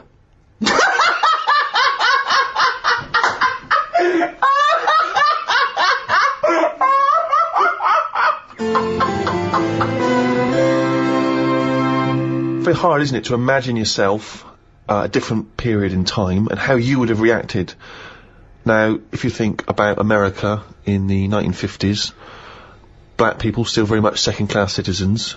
You've obviously heard of the famous Rosa Parks incident, in which she was obliged to move on the bus from where she was sat to somewhere else, and she chose not to, and she was arrested for it. Became very much a sort of figurehead of the civil rights movement. Had you been travelling on that bus, what would you do? And am I far from where I'm getting off? Yeah. So once again, you can't just nip out at the next stop so you can wash your hands of the whole affair. No, you're on that bus. You've still got a number of stops. You live further away than Rosa does because you've got a lovely big house, whereas she doesn't have a lovely place. She can't afford it. So you've got to stay on that bus. You've seen this now. You've seen this bus driver demanding that she gets up, gives up that seat. Maybe she's given up that seat for you. Maybe you've got on that bus as a privileged white man and she refuses to get up on your behalf. I'd probably go, it's alright, I'm standing, I'm alright. But why would you say that? Because you're thinking of the modern day Karl, you're not thinking of the man from the 1950s. Well, the thing is, we don't have to go back in time. We can go to a country now where you'd see an injustice, where you were outnumbered by the law of the land. What if Suzanne wasn't allowed to sit with you on buses? What if now a law came in that women were second-class citizens and she can't come with you? Wouldn't you go, no, fuck that, she's sitting with me? I'd say we're only going around the block. We've been to the shopping centre. Be home in 15 minutes. Can you take that bag with you? Because there's no one sat next to you down here. I'm a bit crammed in up here. There's more blokes on the bus. I'll see you in a minute. It's not a big issue. I've done it on the train, where I've booked tickets and they've ended up being different tickets. And I've gone, I'll see you in an hour and a half. I've got an iPod. But so you went first class and that's luck. That's luck. That's circumstance. One is policy. Surely you can see the difference between a principle and a bit of luck. But it's what you get used to at the end of the day. I mean, I'm not walking past them and slapping them on the back of the head. I'm getting on, and it's just that's where they sit, that's where we sit. Like men and women going into a separate toilet. Karl, let's put this I mean, obviously, this is too much for your head to... You're on a bus, right, and there's a few white people, and they're... I'm the driver. And they're being racist to a black kid. Right, I'd go, if I'm driving, I'd go, listen, lads, stop that, will you? If you're going to be racist, can you get off at the next stop and do it there? Well, you know, we've all had a tough day. It's the end of the day. We just all want to go home. We've all been working. Right. He's not in your way. He's sat in his own seat. Sit back. Calm down. Had enough. But what if they said, no, we usually sit there, we want that seat? Would you think the black kid's a troublemaker? Or would you go, come on, just move, mate, it'd be peaceful? I'd go, what do you want to do? Do you want to move so this is calm down? Or No, you shouldn't say that. He doesn't matter if he wants to move or not. It's his right not to move. Do what you want, then. If you want to stay there and fight your own corner. No. He wants to stay there. Don't you surely you want to be on the side of right. I'm just doing my job here. I'm sat driving a bus. I'm driving a bus for 30 quid a week here. I'm getting a load of grief off some people at the end of the day. But think bigger than the bus rule. It's not just a bus thing, alright? Just imagine that you're not a bus driver. Alright? No, but that's what we're talking about here. But yes, but Ricky's trying to make a point. It's an analogy again. It's about you taking some kind of responsibility that could put you in harm's way. Yeah. That could mean that you've got to stand up to danger or to bullies or to aggression. If someone's attacking Suzanne, she goes, Karl, help. You go, no, I could get her here. Because I know the full story here. But this is what I'm saying about Rosie What's-it. I'm just saying, she sat on the bus. How did it work? She got on the bus, she sat where she wanted. No, I'll tell you how it worked. The middle section of the bus, black people could sit there, but it was up to the driver's discretion to change where black people could sit, depending on the number of white passengers that got on. So she sat in a seat, some more and more white passengers get on, so this bloke decides, well, no, actually, this is no longer the black section, there is no black section, because there's enough white people, you've got to stand up. And she decided, no, I'm not going to get up. It's my right to be able to sit on this bus, as a person, as a human being, not whether or black or white. And that was why she got arrested. Well, she lost in the end, didn't she? What do you mean she lost in the end? There's a black president. Yeah, but it's not because of her getting on a bus. That's just because times changed. Yes, in a way it is. I don't know. Because she became a spearhead of the civil rights movement that was spearheaded by Martin Luther King. But all those little things go towards change. On a different bus, on a different day, it might not have turned out that way. That's what I'm saying. It might have been, you know, someone else who goes, get off, who's been in a right mood, might have been in the pub all afternoon. And she's there going, I'm not moving, and he's fed up, he's up to here with it. Sorry, he's been working all pissed week. up there. She's pissed up now. No, the person sat next to her. Yeah. Might have even been a black bloke. He's been working hard, and he's like, I don't want this. But it's interesting you say The that. bus pulls over, the police are called in. But you say this, it's interesting you say that, because in the Rosa Parks incident, there were a number of other black men, all of whom did stand up. I think 5 of them were there, and 4 of them stood up, and she stayed sat down. So there was 4 people there who did choose the easier route, the easier life, and she stayed sat down, and she's the one who went to prison, and she's the one who's remembered, because of what she did on that day. It's difficult, isn't it? If I was on there, I'd weigh her up. You know, is this woman doing this as like a good cause, or is she just a trouble causer? Because she just seemed like, you know, I'll do what I want. Now that's fine. You'll always get people who do what they want, and they do change the little rules along the way. But I bet when she was doing it, it wasn't like a big stand up, this is the day I'm going to do it. It's just happened to, she was fed up that day, she didn't want to get up. Lazy.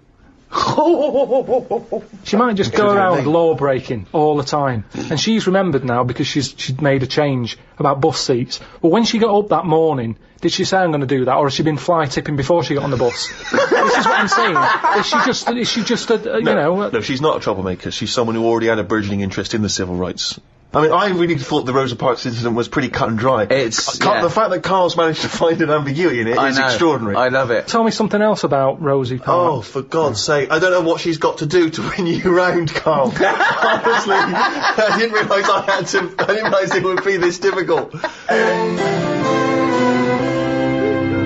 Karl, Thomas Jefferson, you know who he is, once observed, a nation as a society forms a moral person, and every member of it is personally responsible for his society. But Jefferson's fellow countryman, as you know, the American writer and intellectual Randolph Bourne, noted some years later, society is one vast conspiracy for carving one into a kind of statue it likes, and then placing it in the most convenient niche it has. So one saying, no, this is why we're moral people. The society is great for us. It turns us into responsible people, okay? And we should love that society and make sure it's perpetuated. But Bourne said, no, it's just a way to mould someone into what it likes and put it into a little box so it can't hurt anyone. Yeah. Okay, yeah, that's not, again, it's... No, both of them are right. Both of them are right, but they're contradictory. They're both opinions. They're certainly opinions. But I mean, I don't know why I am the way I am. It just happens, doesn't it? You know, I don't like killing a fly. No one would stop me if I did. But there's something in me that goes, don't do that. Right, so this is a very important theory, because you're basically saying, well, you could be saying one of two things. You could be saying that goodness is innate. Not likely. No. Or he could be saying that there's a morality that transcends rules and society pressure.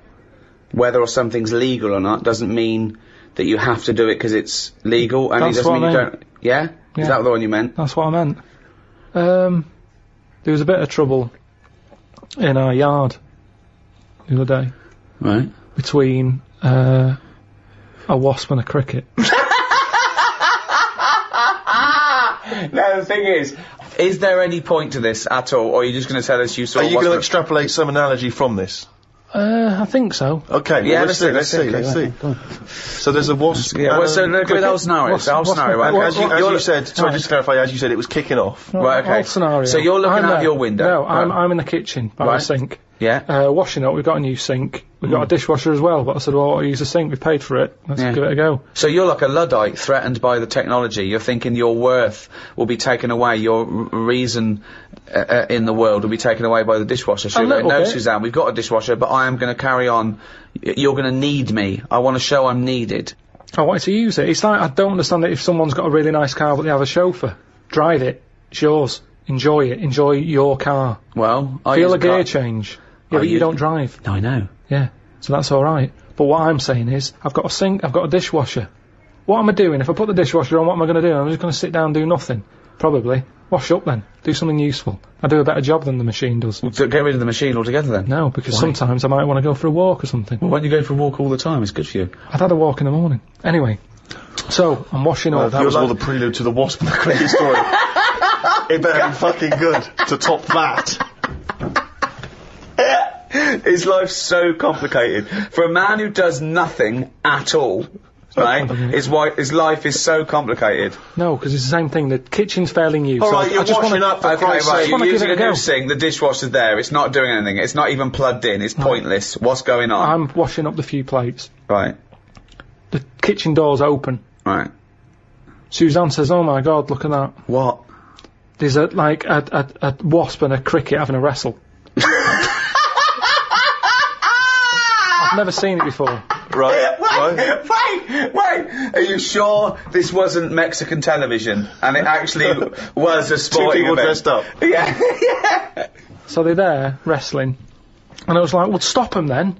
So Stop! Whoa! You don't interfere with fucking Rosa Parks. Why are you interfering with a wasp and a cricket? Because one, I didn't even know they didn't get on, to be honest.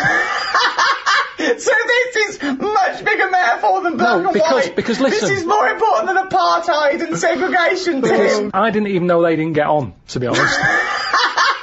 Because they were sort of wrestling. I said, and my hands were wet, so I couldn't do anything. I always overdo it with the fairy liquid. Yeah, sure. So she's there. I say, separate them. Poor Suzanne. Now, so she uses a tea towel, flicks them. Clever. Good thinking. The wasp goes its own way. The cricket's sort of jumping about a bit. But who was fighting who? So I'm sort of saying that is really weird, because wasps are changing quicker than anything else that I keep my eye on. Okay, well that's just your theory and it's not based on anything. Well, I told you a couple of years back I saw one eating chicken. They shouldn't be doing it. So anyway, so now they're causing trouble with a cricket. Whoa, how do you know it was the wasp's fault? This is prejudice. Why do you think it was the wasp's fault? What if the cricket would have started it? What if the cricket's got a society that go, we hate wasps, we hate their stripes. We hate them. If they come here, fight them. If everyone comes down here, fight them. How do you know it wasn't the cricket that started that? Well, I suppose at that time I didn't, but since... Oh, subsequent information's Oh, come okay, through. sorry. Okay, So anyway, It's like Columbo, isn't it? yeah. So I saw all that, we broke it up, the cricket was sort of shaking a bit. Definitely not! Definitely not! It was shaking a little bit. Yeah. So I sort of prodded it, put a little leaf over it because it was a hot day. Thought I'd put a leaf there so it doesn't get overheated. I love I'll this, keep an eye like on it's it. done the marathon. It's got a little, it's got Mars on the leaf, written on the leaf, and now it's just walking over with a little medal. So Suzanne, I'd leave it for a bit. Leave Get it. on. What did About you half say? an hour, about left it for half an hour. What did Suzanne want to do? She wanted to interfere, did she? What did she want to do? Just sort of like, No, she just sort of said, leave it, stop messing with it. It's probably a little bit knocked out, a little bit stunned. Sure, let's Right. get on with our lives, she said. Yeah. So I put the leaf on it. You've got in too much very liquid. Why don't we use the dishwasher? We go- Cost us 400 quid, you dopey bald cunt. So we go off, and half an hour later, I get back in. I said I'm gonna go and see the Where'd you cricket. go? Where'd you go? Just for a walk. But hold on, why didn't you put the dish in the dishwasher and go for a walk? I don't understand. So now now as a dishwasher sitting there bone idle, you're washing up when you could be walking, and then you're still Well, it's walking. a good job I didn't go for a walk though, wasn't it? Because how would that have turned out? That fight. I don't know. There would have just been a So pool anyway, of blood on your back door. So Porch. I've been out, back in, have a look. Cricket's still there. Noticed one of its legs gone. Oh. Don't know if the wasp did that or the tea towel flick. Or it was already disabled, and that's why the wasp thought this is an easy one. What if the wasp was helping it? It wasn't, no, honestly. But what It if was, going, it was excuse such a me, Mr. Wasp, commotion. because we're such friends and humans don't understand us and anyone interfered we definitely don't understand us, right? He's not an entomologist, Well, right? this is when I got the computer out, Right. had a look, and it's a, what was it called?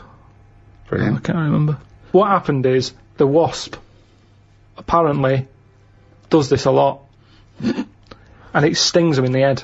Right, not this particular. There wasn't like a little profile of this particular wasp. It's just an incident that happens a lot between wasps and crickets. Right. So it stung it in the head, and what happens is it's that whole thing that we've talked about before, where it lays an egg. Right. So I was sort of having a look, seeing if I could see any sort of holes in its head, and it just kept sort of moving its one leg, like, I can't handle this. So what do you mean it's moving its one leg? It was sort of just moving its one leg quite slowly, like it's just come out got from one an leg. operation. It's lost one leg, you said? Yeah, it's lost one. Yeah, it's moving 5 legs slowly. No, it's one big one. We've got one big leg. One big leg at the back now. It's normally got 2 that it uses to jump. Oh, I see. So, okay. So it's only got 1. It's sort of like, it looks groggy. Is it not a grasshopper if it's is it not what colour was it? Is it like... Sort of, beige. Oh, it's probably a cricket, yeah.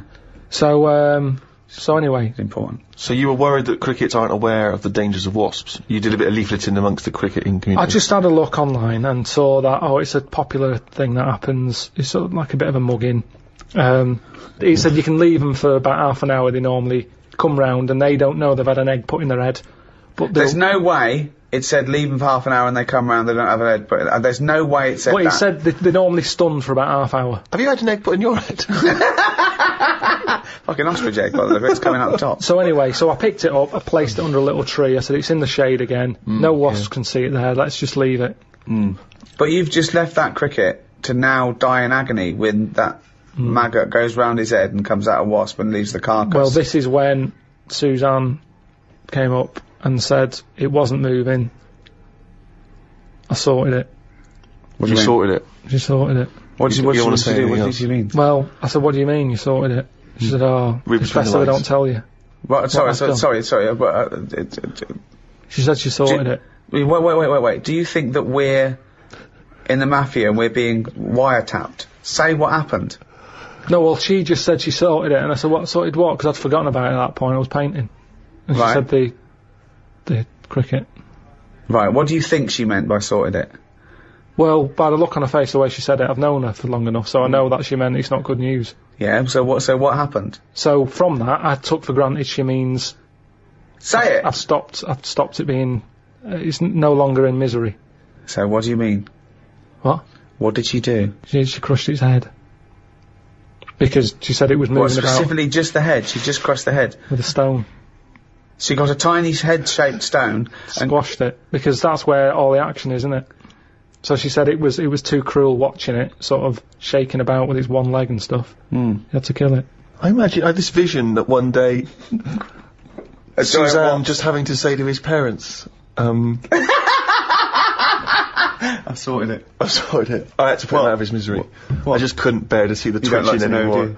I know you didn't like to know, but I just took a rock. Yeah, and just squashed its head. What was in it? There was nothing in it. It just caved in. Was there an egg in it from a... No, it was like, you know when you get a blown egg, and then you crush it, and there was nothing, nothing in it at all. But I just think, he seems happier, I'm certainly happier. I was happier because, I'm much happier because he's sort of, he's more sensible without the head. We're still happy together, but now we use the dishwasher instead of him washing it up. When we've already got one that costs £400. What metaphor are you taking from this? Just the way... Yeah, so that's at the beginning, there was going to be a point you were going to extrapolate for this, like a fable.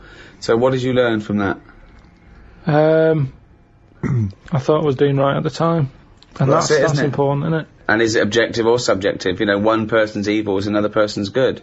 Some people think abortion is the worst thing you could do. Others think it's a woman's right, and it's a kindness. Some people think that you should never kill under any circumstances. Other people say that some killing is morally right. Again, should an action be judged on its intent or its result?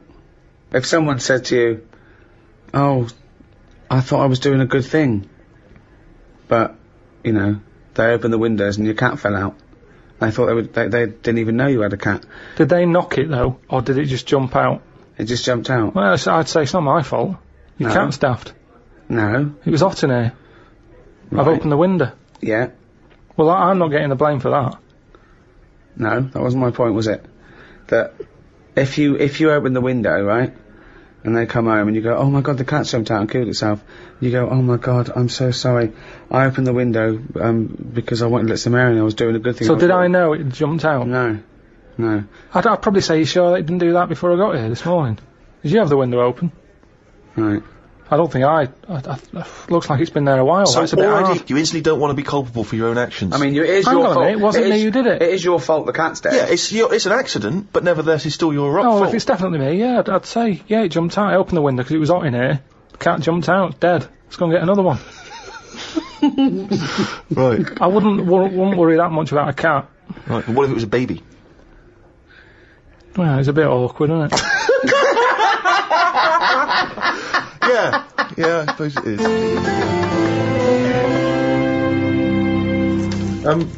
Karl, I'd like to ask you, if I may, stop twiddling that.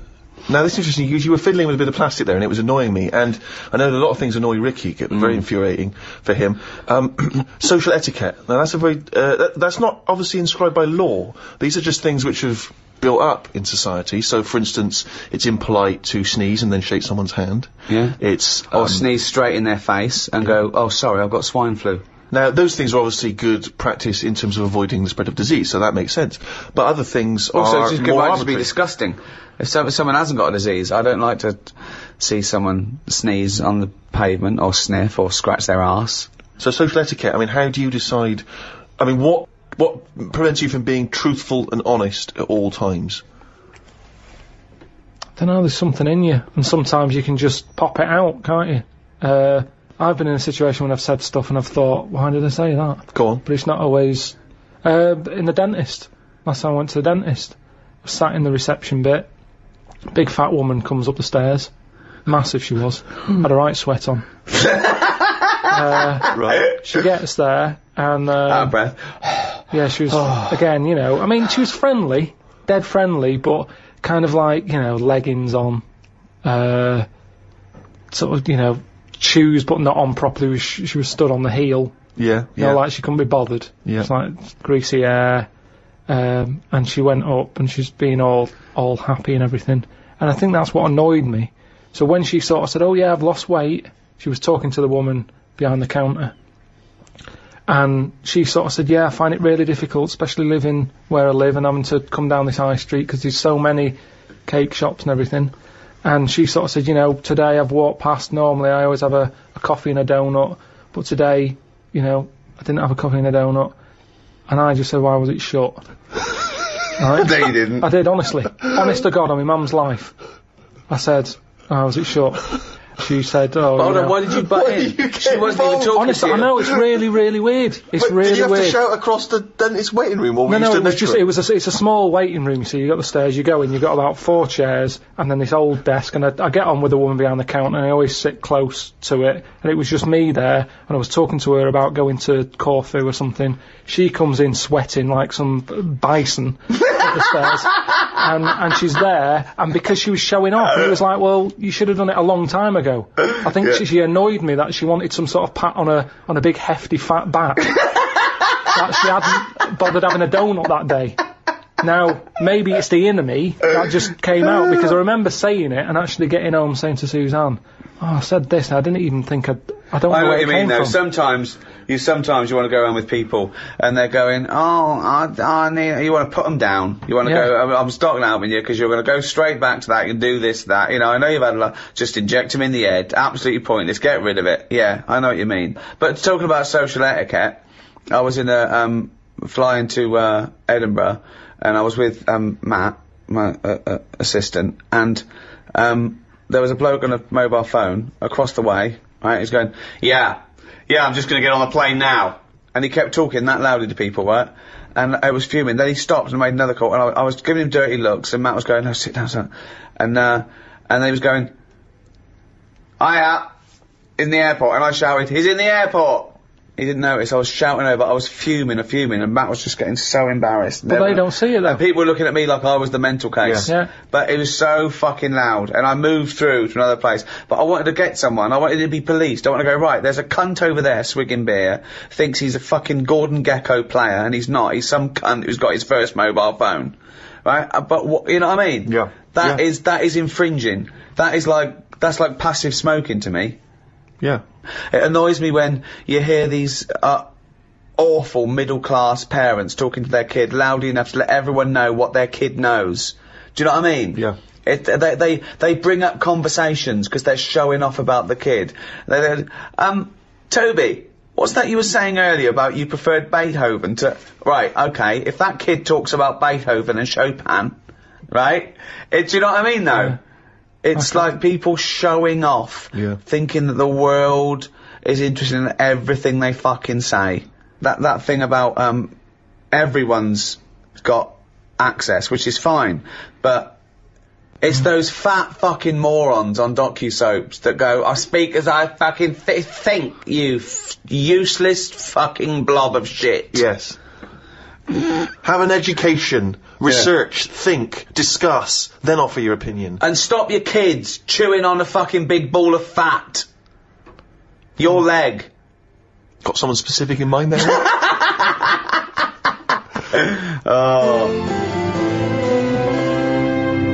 Well, that's about it. Hope you enjoyed the Ricky Gervais Guide to Society. I think we've sorted everything out there, Steve. Yeah, not many questions left unanswered.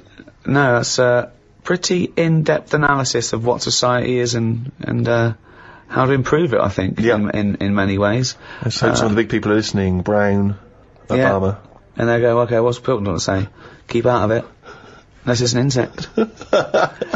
So it's goodbye from me, Ricky Gervais, Stephen Merchant. Goodbye. And from the little round-headed simian type thing we call Karl Pilkington.